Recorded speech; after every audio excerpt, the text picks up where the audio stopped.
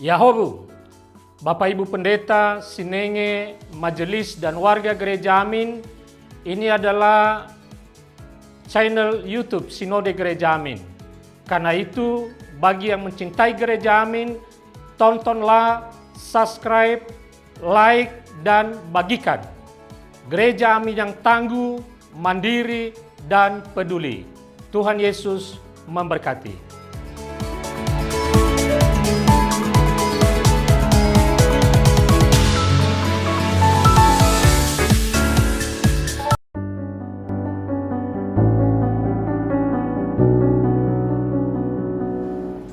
Shalom Youth People, kita jumpa lagi di dalam program Youth for Christ. Kali ini kita akan bersama-sama merenungkan firman Tuhan dengan judul Bersahabat. Bacaannya dilandasi dari 1 Samuel 17 ayat 55 sampai 18 ayat 5. Sebelumnya, perkenalkan, saya Elisa Bernika Sunarko, saat ini sedang melayani di GKI Ciledug Raya. Mari sama-sama sebelum kita merenungkan firman Tuhan, kita bersatu hati, kita berdoa. Ya Tuhan Allah kami, saat ini kami rindu untuk merenungkan firman-Mu. Maka tolonglah kami Tuhan, supaya firman-Mu sungguh boleh menjadi rema di dalam kehidupan kami. Di dalam nama Tuhan Yesus Kristus kami berdoa. Amin. Youth People, nas firman Tuhan yang menjadi dasar perenungan kita diambil dari 1 Samuel 18 ayatnya yang pertama, demikian bunyinya. Ketika Daud habis berbicara dengan Saul, berpadulah jiwa Yonatan dan jiwa Daud, dan Yonatan mengasihi dia seperti jiwanya sendiri. Best friend forever. Begitu moto yang sering kita dengar dalam relasi pertemanan atau persahabatan. Kita berharap setiap teman baik yang kita miliki akan berteman dan berlangsung lama. Namun sayangnya seiring bertambahnya usia dan berjalannya waktu, kita akan makin sering menjumpai teman-teman yang datang dan pergi dalam relasi persahabatan. Makin bertambahnya usia dan waktu, relasi pertemanan kita akan menjadi semakin sempit. Lingkungan pertemanan kita menjadi semakin kecil, jumlahnya jauh berkurang.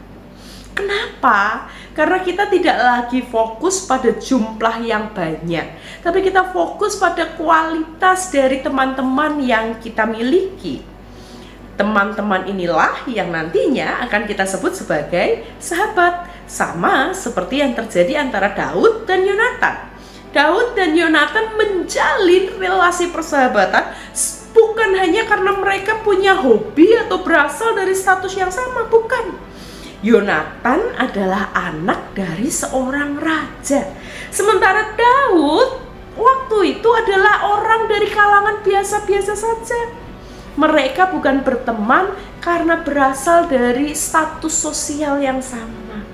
Bahkan menariknya dalam relasi persahabatan mereka, Yonatan nantinya akan membela Daud sedemikian rupa ketika Saul ayahnya hendak membunuh Daud.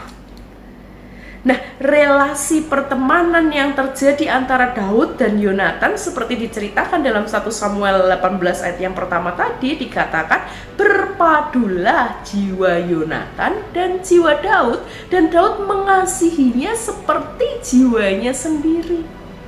Maka pertemanan antara Daud dan Yonatan terjadi karena mereka memiliki kesamaan pikiran, kesamaan perasaan.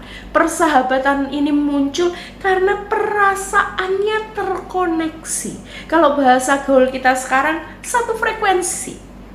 Youth People memiliki teman yang satu frekuensi, sahabat yang satu frekuensi adalah anugerah dari Tuhan. Karena dengan demikian kita bisa saling memperhatikan, saling mempedulikan dengan segala kesungguhan di dalam hati kita.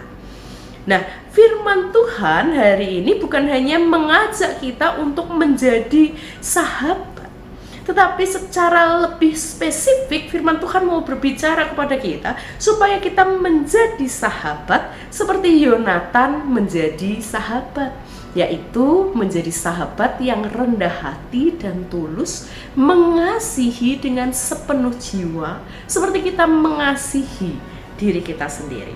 Selamat menjadi sahabat bagi teman-teman di sekitar kita. Tuhan memampukan setiap kita. Amin. Mari kita berdoa. Ya Tuhan Allah kami mengucap syukur untuk firman-Mu hari ini. Tolonglah kami untuk boleh menjadi sahabat bagi sesama kami. Mampukan kami Tuhan, di dalam nama Tuhan Yesus Kristus kami berdoa. Amin. Terima kasih untuk hari ini. Sampai jumpa dalam acara Youth for Christ berikutnya. Jangan lupa ya teman-teman, like, share, and subscribe. Tuhan Yesus memberkati. Dadah.